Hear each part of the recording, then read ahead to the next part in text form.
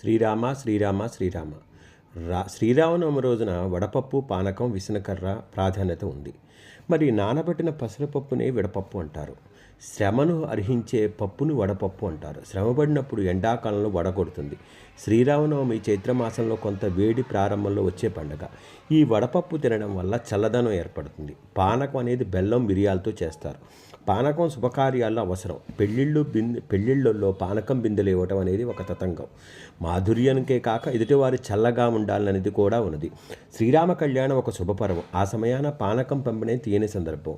మరి పూర్వకాలంలో ఈ విద్యుత్ శక్తికి సంబంధించిన ఫ్యాన్లు ఉండేవి కాదు. అలాంటప్పుడు తాటాకు విసనకర్రలే అందరూ వాడుకునేవారు. ఈ విసనకర్రలను 2 రకాలుగా చేస్తారు. వెదురుతో చేసిన విసనకర్రలు, పొయ్యికు కుంపట్లు కూడా ఉపయోగించేవారు. తాటాకు విసనకర్రలు గాలికి పొందటానికి తాపాన్ని పోగొట్టుకొని ఉపయోగించేవాడు. కావున విసనకర్ర ఇవ్వాల్సినదిగా ప్రాధాన్యత